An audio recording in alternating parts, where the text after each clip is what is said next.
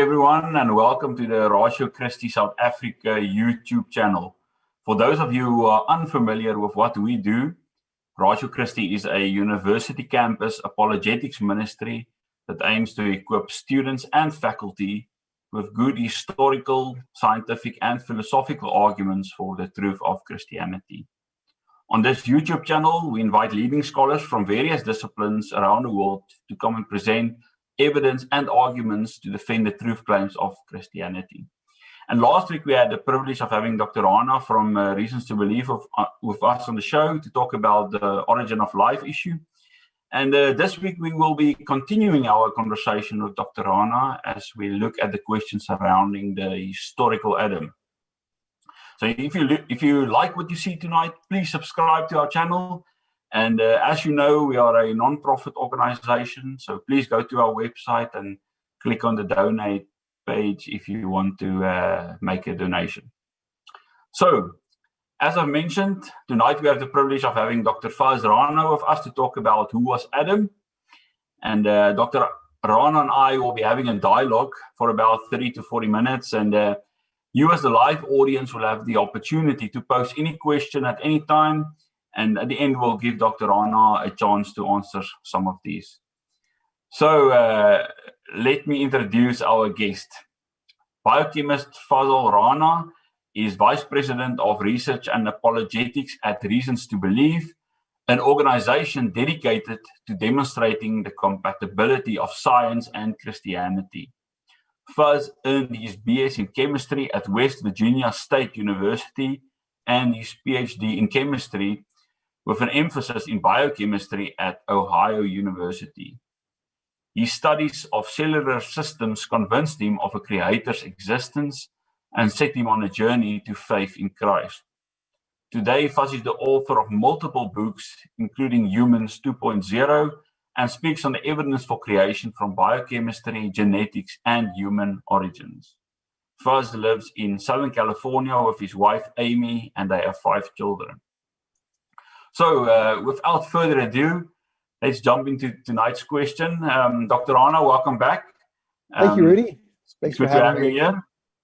Yes, so let's jump right in.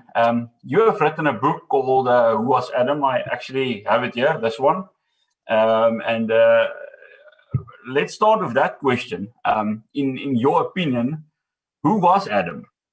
Yeah, well, I take the view that what we might call the traditional biblical view, which is Adam and Eve were the very first human beings, that they were created through God's direct personal intervention to be made in his image uniquely among all the creatures that God made, and that all of humanity ultimately emanates from an Adam and an Eve, that I view them as real historical individuals that were the first human beings. And the point of the book, Who Was Adam, was to say, if we have this traditional biblical view of human origins, how do we square that then with the scientific evidence emerging from anthropology regarding the question of human origins, and can we interpret that emerging evidence in a way that aligns or is consistent or supports a traditional biblical view?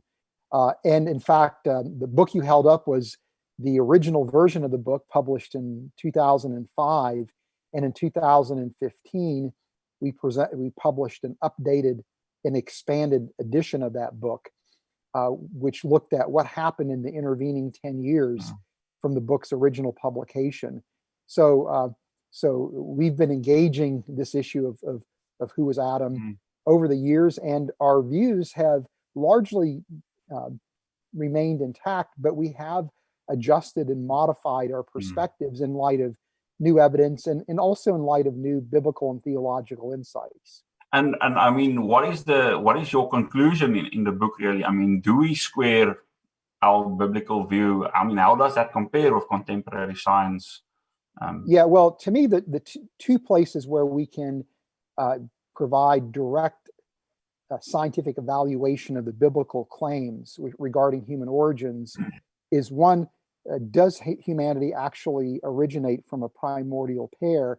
And the second one is, are human beings truly unique in a way that would align with the biblical concept of the image of God. Separate from And animals, for example, or distinct yes, from animals. exactly. Yeah, and as it turns out, today, you know, we can make it, I think, an incredibly powerful and strong case for an idea called human exceptionalism. And what makes us exceptional and unique as human beings are qualities that I think we would understand as manifestations of the image of God. And this idea of our uniqueness as human beings, uh, it seems to be uh, coincide with human origins and is unique in specifically to modern humans. That is, those qualities that make us unique as human beings seem to show up suddenly out of nowhere in the archaeological record, and again coincide with the origin of modern humans, which would be us. And now, when it comes to the idea, did Adam and Eve actually exist? Did humanity originate from a primordial pair? This is where I think the biblical case becomes a little bit muddied. But I would argue that there's nothing in this that's been discovered scientifically that makes the idea of a biblical Adam and Eve impossible. So while we can't necessarily make a case that there was a primordial pair, there's no conflicts. There's no conflicts, exactly. Yeah, okay. So let's talk a little bit about the Bible. I mean, a lot of people would read, or everyone that reads the Bible would see that, you know, God formed Adam and Eve from the dust of the ground, and then, Eve actually from the rib of Adam, and then God breathed life into Adam. And I know a lot of people are using these passages to say, well, this almost seems like an evolutionary model where God would take some pre-existing matter like hominids or so, and then do something supernatural to do that human exceptionalism, to make them human. I mean, what is your take on that? Is that, or how should we interpret these passages? God was directly and personally involved in the creation, that Adam and Eve were created in effect de novo, or at least Adam was created de novo and Eve was created from his side. But the words that are used in Genesis 2 to describe the creation of Adam would be the word yatsar, which means, or asad, can't remember, but either word actually refers to God being directly and personally involved in the act of creation, where Adam would be created from pre-existing material that was shaped to be something new that never existed before. And then God is in an intimate way animating Adam. And then Eve is created from Adam's side, and the word there in Hebrew is banah, which means to rebuild. So Eve, it would be Adam rebuilt. When we go to Genesis 1 and we look at the creation of humanity there, we see, two words used to describe the creation of male and female in God's image, asa and banah. Asa means to create something new from pre-existing material, and banah means to create something that has never existed before. So we could see that Adam's physical makeup would be from pre-existing material, but it would represent something novel, whereas his spiritual aspect, the fact that he's an image bearer, and Eve as well, would be something originating that never existed before. And so I see little room in those passages personally for a theistic evolutionary view of human origins. I see it really more compatible with some act of creation. Creation, yeah. A creationist view. But I mean, scientists discover these creatures, hominids or hominins, and I mean, how would you argue? How do they relate to or differ from modern humans? Yeah, well, the discovery of hominins is, scientifically speaking, is a relatively recent phenomena, where the first hominins were discovered in the late 1800s. And this was after Darwin proposed his theory of evolution, and then later in his book, The Descent of Man, applied it to the question of human origins. And so since the beginning days of paleoanthropology, the hominin fossil record has been interpreted from an evolutionary perspective. And so we come to the table predisposed to seeing these hominins as transitional forms. But from my perspective as an old Earth creationist, I would argue that these indeed were creatures that existed, but I see them as creatures that God created that existed, for periods of time and then later disappeared, later went extinct. So I see them as not evolutionary intermediates leading up to modern humans, but separate creations where they had some level of emotional ability and intellectual ability, but they lacked the image of God. So I would see them in the same vein as I would see chimpanzees, orangutans, and gorillas, where, again, fascinating creatures, remarkable creatures, but creatures that were fundamentally distinct from humans, primarily with respect to the absence of the image of God. The biological similarities, to me, I think reflect common design as opposed to evidence for common descent. So, but how would we know that they really differ? I mean, what is the evidence that sort of separates them, putting them closer to animals, or what is the evidence basically for this human exceptionalism? And right, yeah, that's a great question. And to me, first of all, I think there's very good reasons why God would create life on Earth to share biological features. This can become a complex discussion, but the fact of the matter is, because of our shared biological features, it allows the biological realm to be intelligible to us as human beings. If organisms were created by God to display a different set of biological features, then the discipline of biology would be hard pressed to exist as a scientific discipline that would be robust. It's because of these shared features that biology actually can exist as a discipline. And so, to me, the fact that we see a world where there are organisms with these shared features makes sense from a creation model perspective. There's an elegant theological reason why God would create a world like that. But in terms of, how do we know that human beings are distinct? While, again, we do share, biological similarities, with these creatures, we also see some very significant biological differences. So, for example, with respect to Neanderthals, there are significant enough differences that clearly Neanderthals were a distinct species from humans. Most, I think, anthropologists would agree with that statement, that Neanderthals were a distinct species, that there are significant anatomical differences, significant developmental differences. The way Neanderthals grew and developed were very different than modern humans. And also there's even significant genetic differences.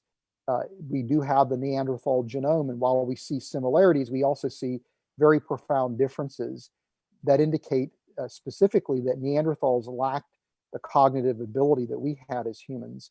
The brain structure of Neanderthals was very different than that of humans, where Neanderthals had an elongated skull, which would result in an underdeveloped parietal lobe compared to modern humans, which have an expanded parietal lobe. And that has profound profound implications in terms of cognitive abilities. So these are some things that we can point to that clearly make human beings distinct. And so I think one is justified in viewing the hominins as being creatures that were made by God that existed, though one is also justified in viewing the hominins as evidence for an evolutionary origin of humanity. I don't think the data rules out one explanation or the other. In fact, I would argue, given the fact that our unique cognitive abilities appear suddenly out of nowhere, to me looks like a creation event. And I would argue that actually favors kind of an old Earth creationist interpretation of the hominid fossil record. What about other cultural things like expressions of art and making fire and burying your dead? I mean, are these also things that are associated more with humans, or do we see that in Neanderthals?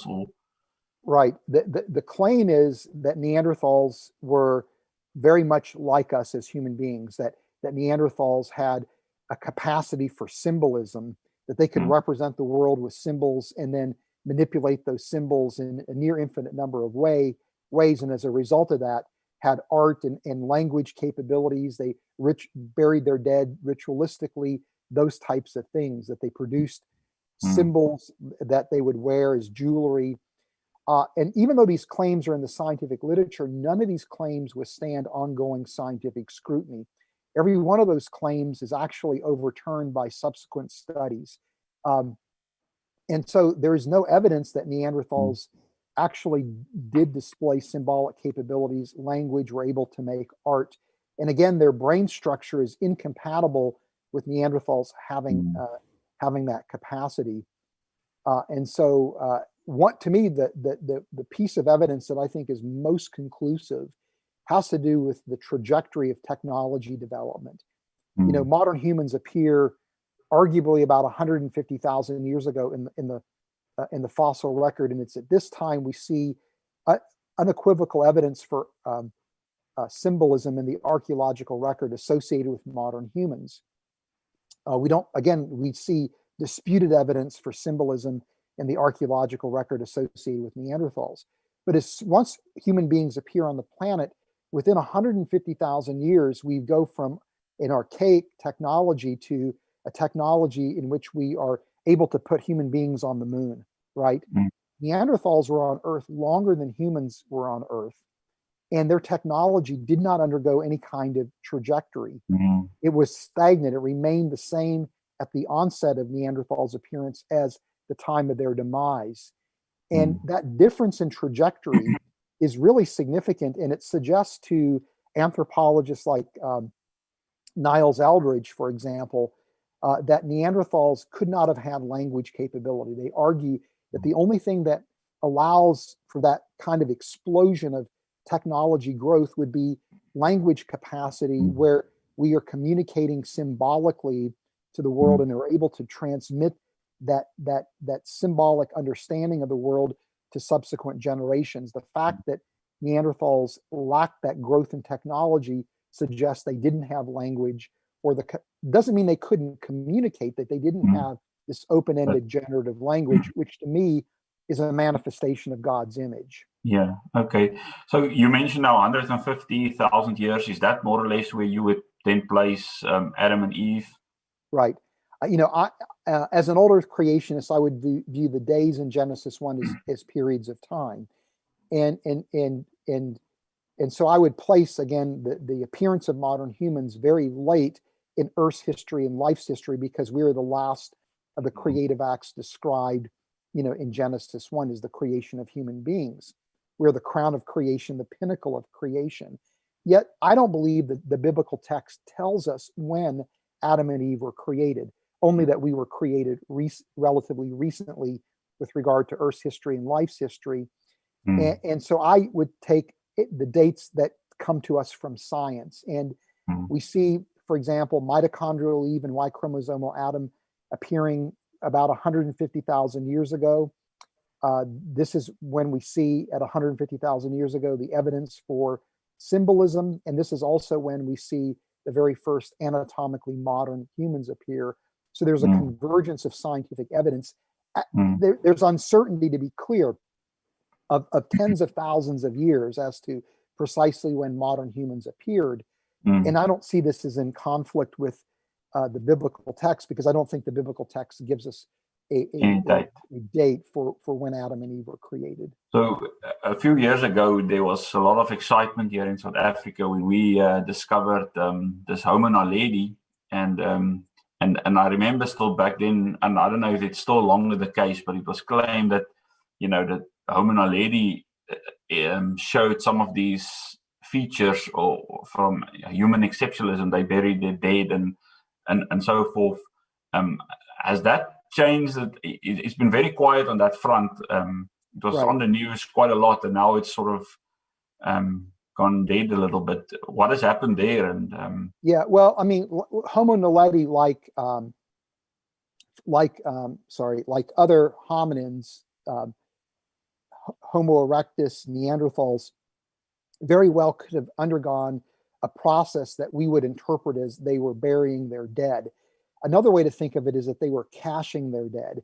In other words, that when members of the group died, that it wasn't ritualistic burial that like modern humans engage in, but rather it was a practice of simply putting the dead in a pit or in a location away from the rest of the group. And so it, to me, you could interpret that as, again, not a ritualistic burial, but something that would be called caching the dead, which is not quite a burial practice. Some of the Neanderthal grave sites, there's a dispute as to whether these were intentional burials or just simply natural burials where sediment and things were just simply deposited on dead individuals. So it's an open-ended question. You know, one of the things that's interesting about Homo naledi is when naledi was discovered, based on the anatomical features, many people like Lee Berger interpreted naledi as actually being somewhere around 2 million years in age, arguing that this creature had the just right set of features that make it transitional from the Australopithecines to the Homo genus. And they even argued that Homo habilis would have been a side branch, and naledi would have been that transition leading from the Australopithecines to Homo erectus. Later on, naledi was dated at about 300,000 years in age. And so this is interesting because this creates kind of confusion that I think is typical of what we see when people interpret the hominin fossil record, is that new discoveries tend to overthrow evolutionary models. Big conclusions, and they end up creating chaos instead of bringing clarity. So here naledi was interpreted originally based on the anatomical features as being the key transitional intermediate leading to the Homo genus.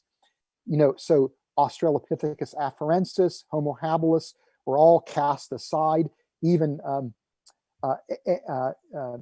and then now we discover, oh, naledi was actually 300,000 years old, which again means that naledi status as this transitional form was now relegated.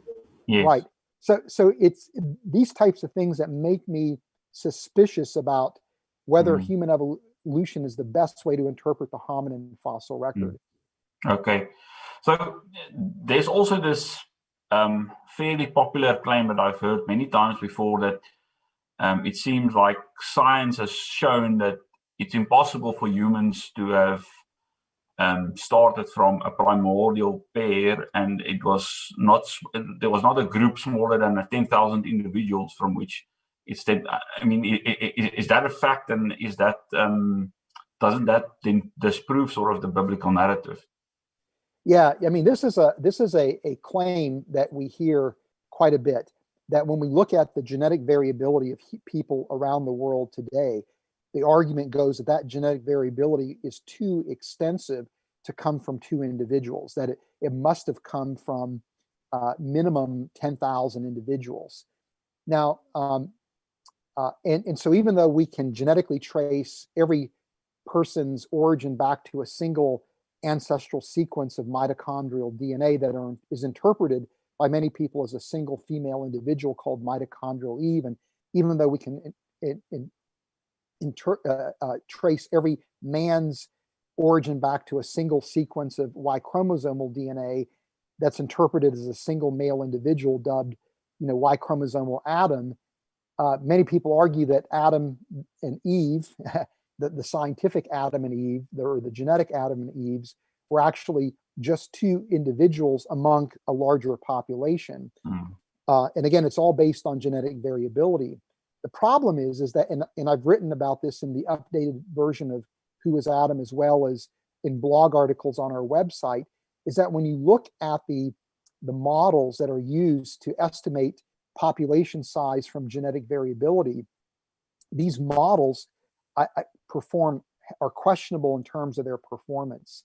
And the point I would make here is that when we look at work in conservation biology, where scientists are looking at genetic variability over time for endangered species where at certain points in time they actually know the numbers of those endangered species that exist on the planet, and they track numbers again and measure genetic variability. When you apply those models to known situations, we always wind up seeing the genetic variability is much higher than the models predicted, meaning that if you worked your way backward using those models, you would predict that the original population sizes were much larger than we know that they actually were. And so I question whether or not the numbers that we're getting from these population size measurements are actually legitimate numbers. I question their legitimacy. On top of that, recently there was a study done by Ann Gager at the Discovery Institute and a mathematician named Olaf Hasser, who actually said nobody has actually started with two individuals and see what kind of genetic variability could actually be possible. And they actually showed that if you start with two individuals, that you can actually create the genetic variability that we see today, yeah. Even if those individuals lived as recently as 100,000 years ago. So to me, I don't think we can say unequivocally that there's evidence that there were two individuals that gave rise to all humanity, but I don't think we can eliminate that as a possibility. I think that the claims that the science makes that impossible are overstated claims that really can't be supported. Okay, so Denisovans and Neanderthals, I mean, we've spoken a little bit about it. So were they just side branches of these hominids that sort of lived a little bit before modern humans? And there's also some evidence that claim that they have interbred with modern humans, right? So what do we make of that? Yeah. Well, I mean, in a sense, these are two separate questions that we want to be careful not to convolve. And to me, I think the evidence clearly indicates that Neanderthals and Denisovans were distinct species from modern humans. And that Neanderthals or Denisovans were not the direct evolutionary ancestors to modern humans, but were side branches. So even from an evolutionary perspective, you would argue that these three must have shared a common ancestor, but that they were separate evolutionary lineages from an evolutionary perspective. From a creation model perspective, you would say that these again were distinct species that were created by God that existed and went extinct. And by the way, from an evolutionary perspective, there is a very real debate as to what was this evolutionary ancestor that would have been shared by these three groups. Nobody knows the identity of that ancestor. It's heavily disputed. It's not there's no clear answer at this point. Even again, if you're viewing it from an evolutionary perspective. So now there is, I think, good evidence that Neanderthals and humans and the Denisovans or the Denisovans were interbreeding with each other. And this is uncomfortable to be certain for those of us who would hold to an old Earth creationist position, but I don't think it's necessarily fatal. In other words, if you think about the fact that of human depravity, it's not unreasonable to think that humans may have interbred with these creatures. And that brings up an interesting question, because are you saying that in our DNA there's traces of this of Denisovans and hominids? So I mean, in some sense, that they had some offspring.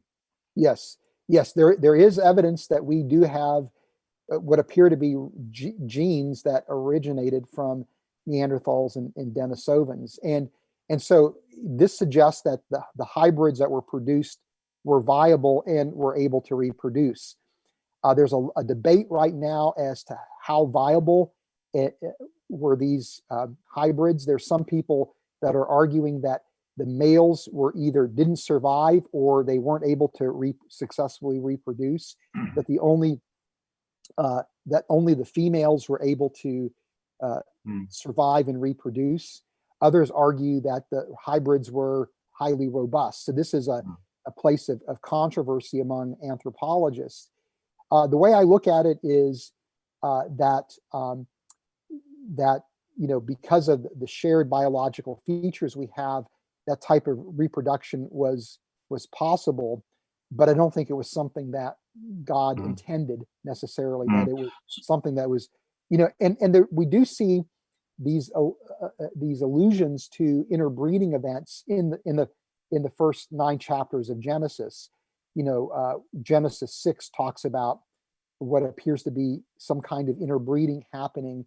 And the Nephilim are related to that, and what's going on there, I have no idea. But that suggests that this idea that there could have been hominins that humans were engaging with was not incompatible with what we see in the biblical text, though it would have been outside of God's will. But if they were not humans, then they were animals. I mean, is that a sort of logical conclusion to make? Right. And that, again, I would lean towards the view that the hybrids were just on the cusp of being able to survive, just on the cusp of being fertile, and that the thought is that if only the females could survive, that they were not reproducing with other hybrids, but would have been reproducing with other fully modern humans, and so because of that, they would have been able to produce offspring. What's interesting is that the region where the Neanderthal genetic contribution is found in the human genome are in regions that are largely inconsequential to our identity as human beings. There are regions in the human genome that are called Neanderthal deserts, where there's no Neanderthal contribution whatsoever. And these regions actually correspond to regions in the genome that are responsible for our unique features anatomically and physiologically as human beings. These are the regions that control skull shape in development, facial shape and development, our brain development. And so looks like there was a protective mechanism that prevented Neanderthal DNA from encroaching on those regions that actually are responsible for our identity as human beings. So there was some kind of intense selective pressure, which again suggests that this is something that God did not necessarily desire. Now the question of does the hybrid have a soul? Does the hybrid bear the image of God? My sense is that it would, simply, and this gets into a complex discussion of the different models for theological models for ensoulment. But regardless of the model that you take, I would argue that there are good reasons to think that the hybrid would actually bear the image of God, even though there may have been a Neanderthal parent. That because by virtue of the fact that there was a human parent, that hybrid would have had the image of God. This brings me to my next question. So Dr. Joshua Swamidas is a Christian geneticist and computational biologist, and recently he wrote a book that has caused quite a stir among Christians, but also amongst non-Christians, scientists, and he's making some interesting claims. And if I understand him correctly, he's sort of making this distinction between genealogical ancestry and genetic ancestry. And he sort of uses this to show that at some point in history, all humans from that point onwards share multiple common genealogical ancestry. So you would say that that Adam and Eve were just one of these sort of common ancestors that we would have, and so God could have created Adam and Eve, de novo Adam and Eve, and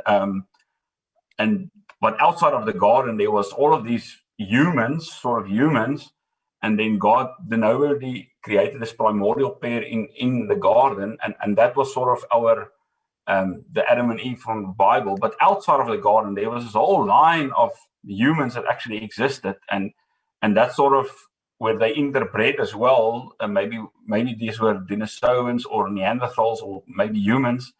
And so what do you make of this hypothesis? And I mean, is this plausible? And what is your theological and maybe scientific objections towards that?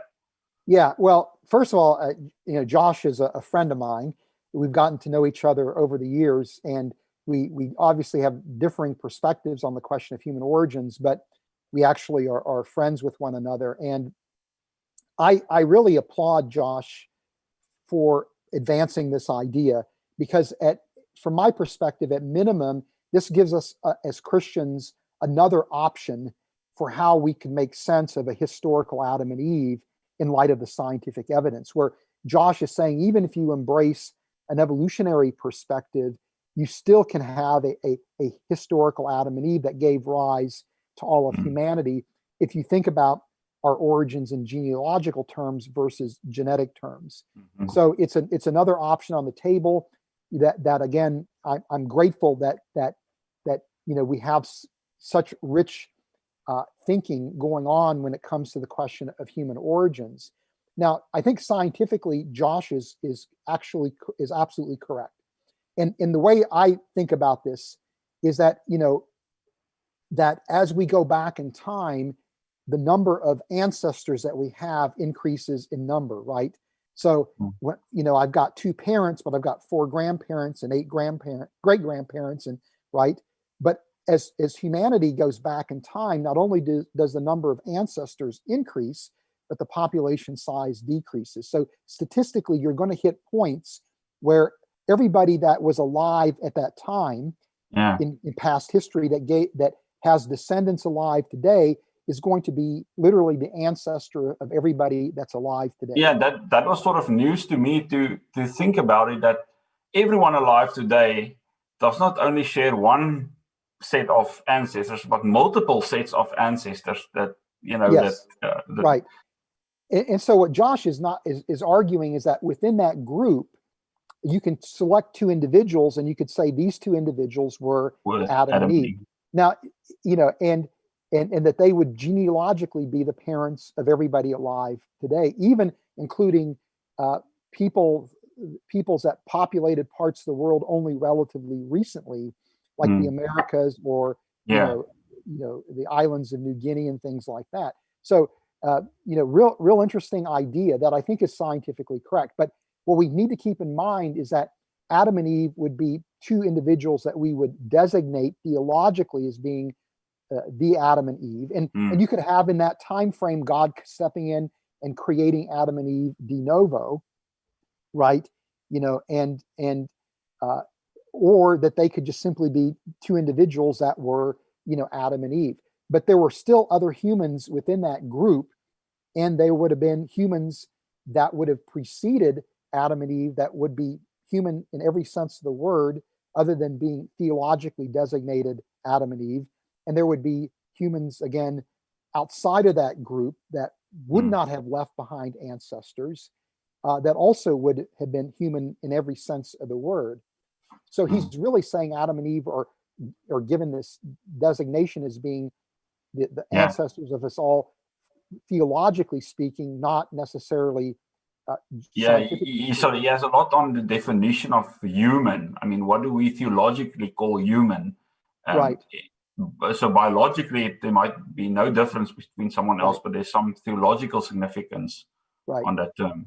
And so he's arguing that the image of God then was spread to all humanity through interbreeding with those in the garden with those outside the garden. Yes. Now, so even if you take this approach and you say, well, Adam and Eve were created de novo, if they were created de novo, they would have had to been created in such a way that they could have interbred with the other humans. So in effect, this is actually a common design argument, not a common descent argument, where Adam and Eve were created with common design compared to other humans that would have been around.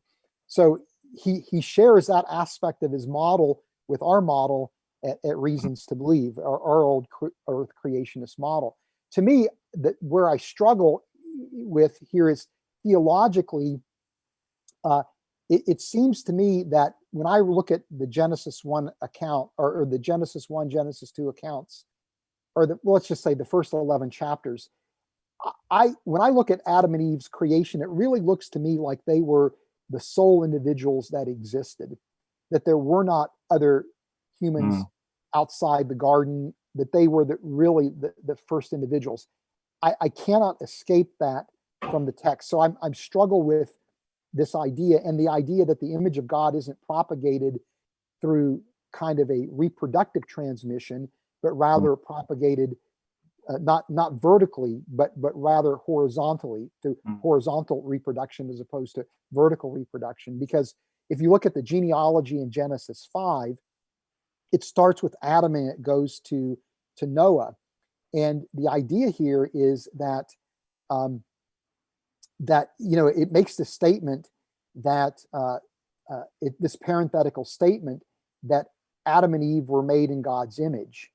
And the implication is that as Adam and Eve reproduced, that their offspring would have bared the image of God. So here it's describing the image of God's propagation through humanity through vertical reproduction, not horizontal reproduction. So they're just biblical points that don't seem to square with Josh's model.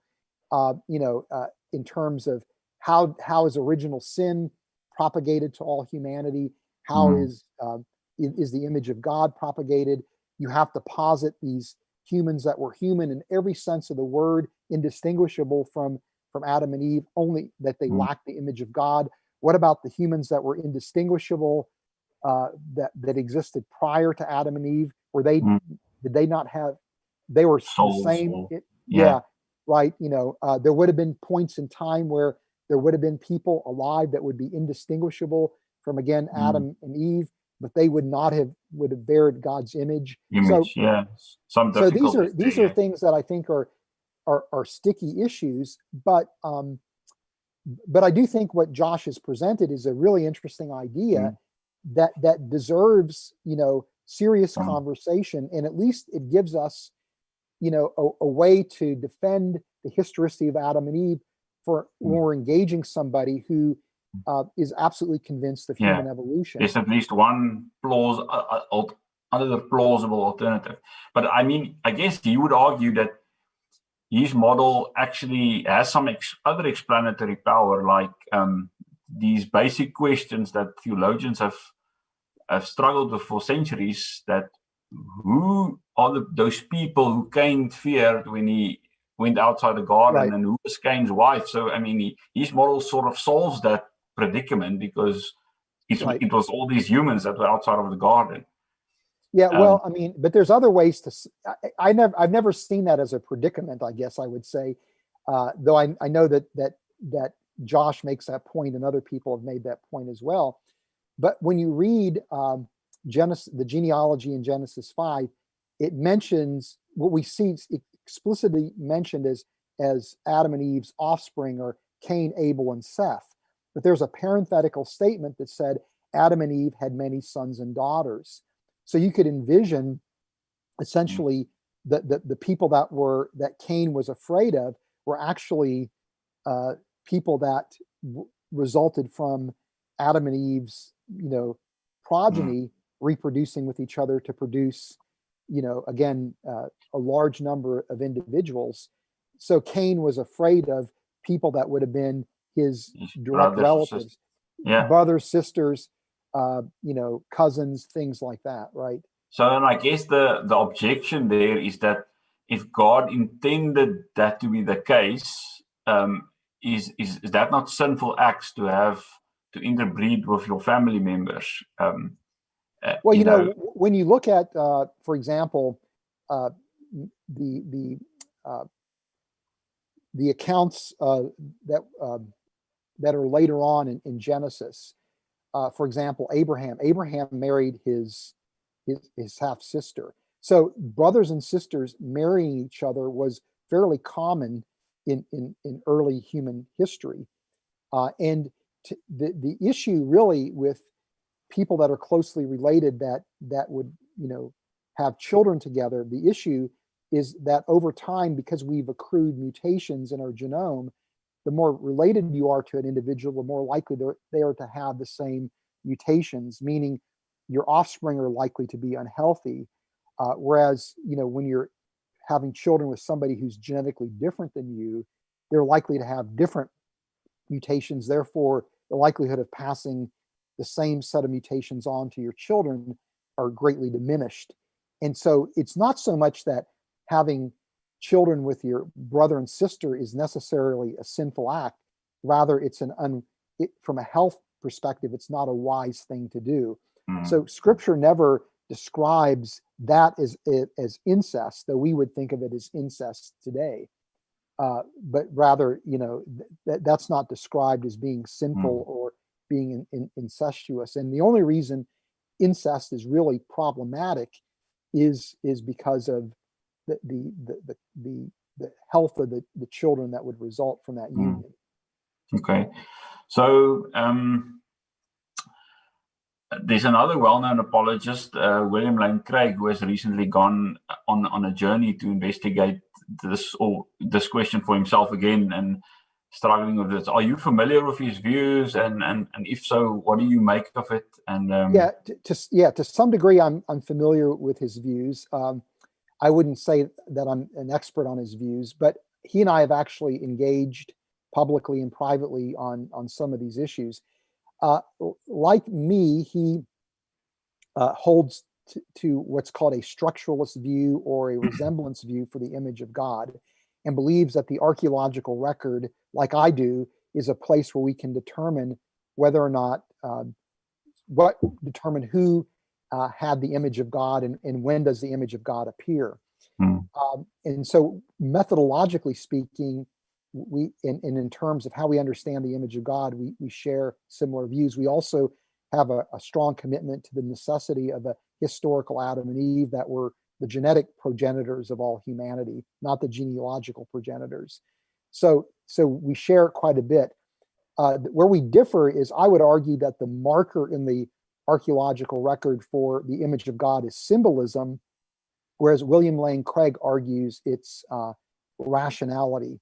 And I would agree that rationality is part of the image of God. I just don't know how you measure that, rationality. And so, my argument would be that Adam and Eve must have been an anatomically and behaviorally modern human, because we are descendants of Adam and Eve, and that's what we are, scientifically speaking. We're anatomically and behaviorally modern humans. And I would argue that when we see anatomically and behaviorally modern humans appear, in the fossil record about 150,000 years ago, this is when we see the appearance of evidence for symbolism, which I again equate to the image of God. And this is also where, genetically speaking, mitochondrial Eve and Y chromosomal Adam exist. So so that's where I would argue humanity begins. William Lane Craig argues that maybe Homo erectus could have been Adam and Eve, because they're for example, you can show that you can take humanity back to two individuals at that point and account for all the genetic diversity that we see today, at least according to some models. And William Lane Craig points to the behavior of Neanderthals and Homo erectus as, in his view, reflecting rationality. I appreciate what William Lane Craig is arguing. My problem is I don't know how you define rationality, and then how you would measure it in the archaeological record, where I do know how you define symbolism, and I do know how you measure symbolism in the archaeological record. So that's really where William Lane Craig and I agree, and where I think we depart perspectives. And one thing that's interesting to me is that when we wrote Who Was Adam in 2005, very few evangelicals were actually wrestling with the question of human origins. As far as I know, we are the first people to seriously wrestle with the question of human origins. From a scientific sort of perspective, looking at how do you integrate scripture and science. And in the contravening years, we now see a number of players coming to the table that are joining us. Josh Swamidass, William Lane Craig, our friends at BioLogos are weighing in on the conversation, people like Dennis Venema. And so we're now seeing a plethora of perspectives. And what I'm hoping happens is that instead of people becoming territorial and kind of planting their flag in certain perspectives is that we actually now say, okay, we all have differing perspectives. How can we collaborate together and work with one another in the midst of our differences to try to create a robust theological framework to understand the science of human origins in a way that allows us to defend the Christian faith? And so, even though William Lane Craig and those of us at RTB and Josh Swamidass have very differing perspectives, there are places where our models overlap, right? We all have the same scriptural and theological convictions, and we all want to treat the science with respect and let the science help inform us. But at the same time, I think we all three are willing to challenge mainstream perspectives in science, in a responsible way. And so to me, what I think is exciting is that what we're seeing now happening is a number of options are percolating to the surface. Which one will survive or what will actually look like 10 years from now could be very interesting. But to me, I hope that we can adopt a posture as how do we work together? How can we operate as in a respectful way where we're friends, where we realize we're working towards the same objective? And the good news to me is that if you are a Christian, suddenly now you have options, right? That you have different ways you have different options that you can embrace what you feel the most comfortable with, and recognize that your faith is intact and that you've got tools that you can engage non-believers with in a credible way. And so that to me is the exciting thing, is that the science isn't threatening our faith, but it's enriching our faith. And I can't think of a more fascinating question to debate back and forth than this question of human origins. My appeal would be, let's do this in a way that's unifying, not divisive. Constructive. We don't want to replicate the young earth, old earth controversy in the church. Yeah. Okay. That's fair. Thank you for that. I see that there's a few questions coming in from our audience. So I'm going to pose my last question here before we move on to that. So if hominids are not modern humans, then why did God create them? What was I have no idea. Well, because it seems to fit sort of the evolutionary model, at least from a high level perspective, before you zoom into the details. Yeah, and I won't, because we want to get to the questions, I won't go into a long discussion here, but in Who Was Adam, I actually discuss why I don't think an evolutionary model is the best way to interpret the hominin fossil record. And I have several chapters where I detail reasons why I don't think that is the case. So I'll leave it up to people if they want to dig deeper on that. But to me, if you take an old earth creationist perspective, why would God, create the hominins? And, to me, I don't know that I've got an answer for this. One suggestion made by my colleague Hugh Ross is, it's interesting to note that when humans began to migrate around the world, going into Asia, Europe, and then into Australia and the Americas, the two places where we triggered through our migration large-scale extinction events was when we entered Australia and the Americas. And it's interesting to note that these are places in the world where hominins did not exist, that hominins were found in Africa, the Middle East, Asia, and Europe. And so as we're migrating into these parts of the world, there were not mass extinctions that we triggered. And so he suggests, could it be that these hominins were placed on Earth as a way to begin to play a role in preparing the ecologies of the planet for humans to migrate around the world? A soft landing sort of approach. Right. So it's an interesting idea. I don't dispute it. I think it's an interesting idea that has a lot of merit to it. Another approach could be simply to think about God's nature as creator. You're an engineer, I'm a scientist. We tend to probably think of God as a divine engineer, right? Where everything he does has a purpose.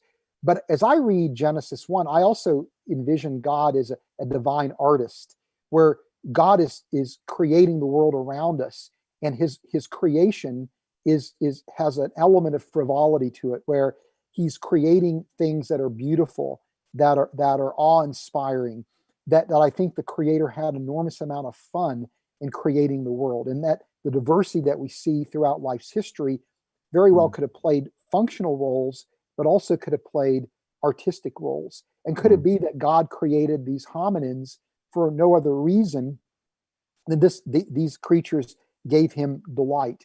And think about it. I love to go to zoos, and the displays that are most fascinating to me are the monkeys and the apes that you see. They're fascinating creatures that give me an enormous amount of delight. And could they have just been created because they brought the creator delight as well? Yeah. So that could be another reason, is that there isn't a reason other than they reflect an artistry. So I like to think of God as being an architect, where people that are architects are engineers and they're artists, where it's this combination. And could that be the explanation? So I don't have a good explanation for why God created them. It's fun to think about that, but unfortunately, I don't have that explanation. But it doesn't mean that it's out. It doesn't mean that it's nonsensical that God would create these kind of creatures. Okay, good. All right. Our first question from Gerard Labeskagni. Maybe uninformed question. Did Neanderthals live in a world without God? Not sure if we have addressed that, or maybe it means that in that they, or maybe there was no religious. Right. Yeah. Okay. Yeah. Well, there are claims that Neanderthals engaged in religious practices in the scientific literature, but as I mentioned earlier, those claims have largely been overthrown by subsequent scientific investigation. So, yeah. So if the question is, were they, religious creatures, I don't think there's any evidence for that. Okay. I think human beings are the first creatures that display, a sense of the transcendent. Good. Next question: is there genetic research that confirms the longevity of early biblical characters? Yeah. In fact, in my book, Who Was Adam, I have a chapter devoted to the long lifespans that we see in Genesis 5 and Genesis 11. And then I kind of revisit the topic tangentially in another book that I've written called Humans 2.0. And Humans 2.0 is a book about transhumanism and the idea that we can use technology to extend our life expectancy to hundreds of years, attaining a practical immortality. And part of what motivates transhumanism is advances that are happening in anti-aging. Believe it or not, there are gerontologists working in the biology of aging who are beginning to understand what contributes to the aging process, and have discovered that very subtle manipulations to our biology can have dramatic impacts on our life expectancy. In fact, there are some studies just published recently where researchers have actually reversed the aging process, where test subjects, after the course of certain drug regimes or other kinds of medical regimes, actually became biologically younger as a result of that. And so we are on the cusp in the next decade or so of having bona fide anti-aging technology. And there are people like Aubrey de Grey who are discussing the fact that we might one day have humans that live to be hundreds of years old, maybe even thousands of years old. This is a very serious, scientific prospect right now.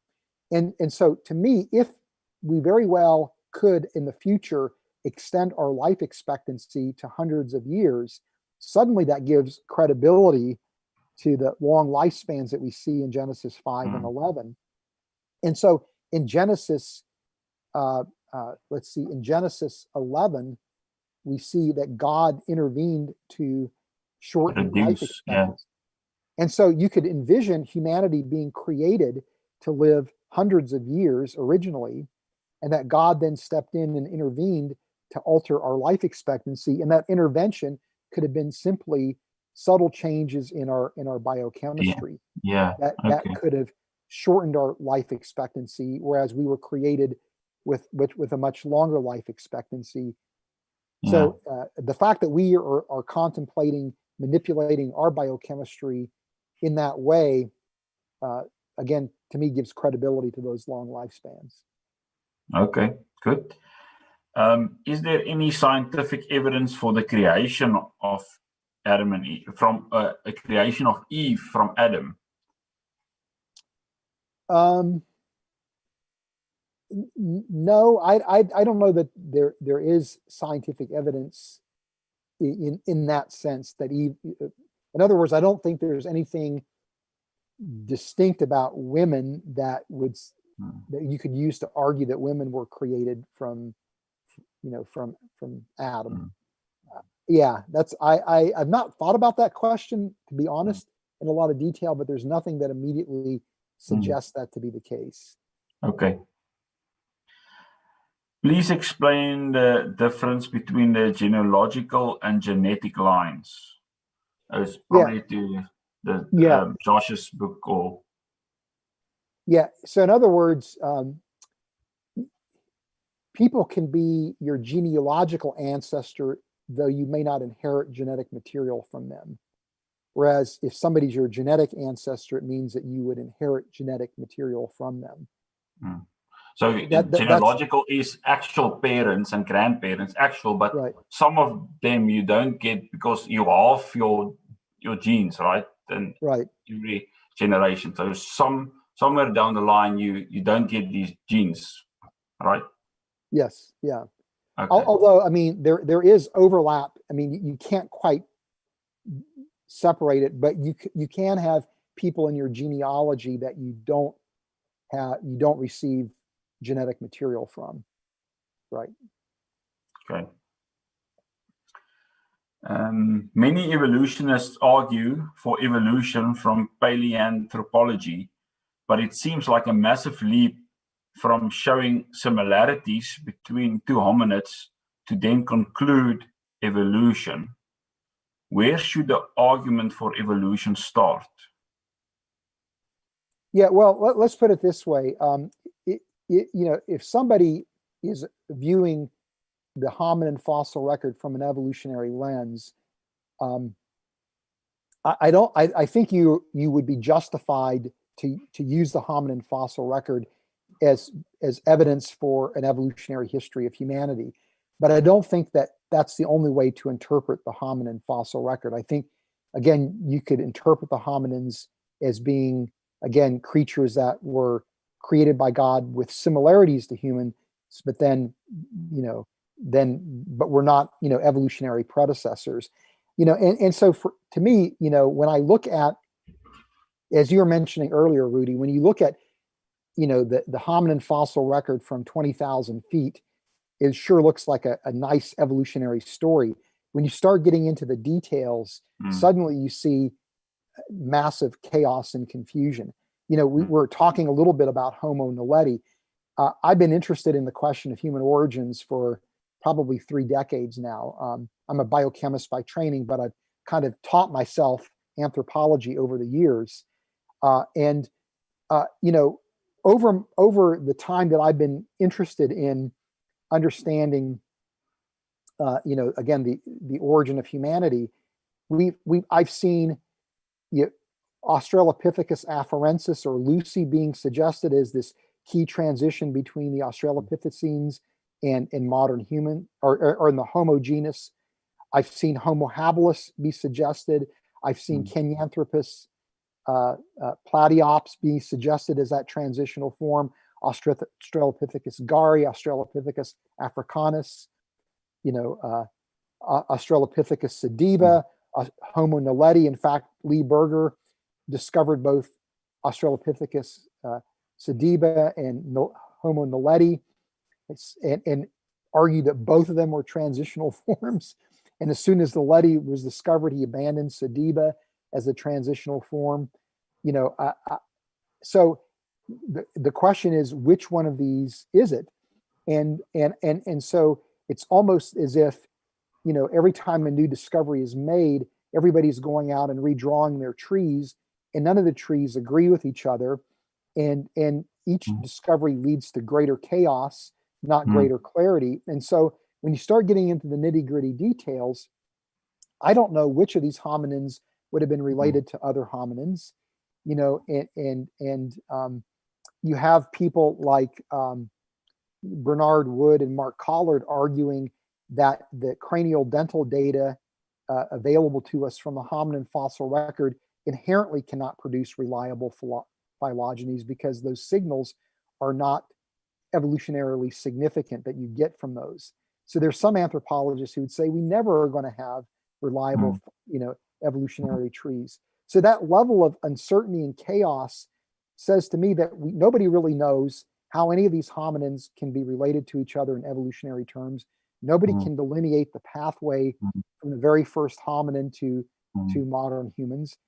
Most of the hominins that are traditionally viewed as being part of that lineage are actually considered side branches and dead ends, not actually part of our lineage. So to me, in the midst of that kind of chaos, I think one really wants to be a little bit circumspect about necessarily embracing evolutionary views when there's not everything is highly speculative and uncertain. Yeah, and it's probably like you've mentioned earlier, it's because people already bring this presupposition of evolutionary model to the table when they start investigating this question. So they presuppose that already. Yes, yeah, good point. Right, that seems to be our last question for the night, for the evening, Dr. Rana. So, yeah, so I guess we'll just have to cut it here tonight, but we'll definitely make another arrangement to speak to some of the other RTB scholars in, if not this year, in the beginning of next year. And so I'll be glad to have more of you guys, or to have you online, and we can talk about something else, maybe your newest book coming out. Yeah, I'm always happy to take the time to hang out with you guys. So anytime you'd like to invite me, please don't hesitate to do so. That would be great. And just inform all of us, where can we find more information about Reasons to Believe? Yeah, the easiest thing to do would be to go to our website, reasons.org, www.reasons.org, you know, or, you know, we have official Twitter and Facebook and YouTube pages for RTB. And then I also have a Twitter and Facebook account that you can follow me or like me or whatever, whatever the nomenclature is. So yeah, so social media, we're present and active, and reasons.org is the best place to go. Oh, thank you so much again for your time this evening or your morning. And yeah, we'll then definitely continue this conversation another time. Yeah, well, God bless you guys. Thank you, Dr. Rana. Okay, bye-bye.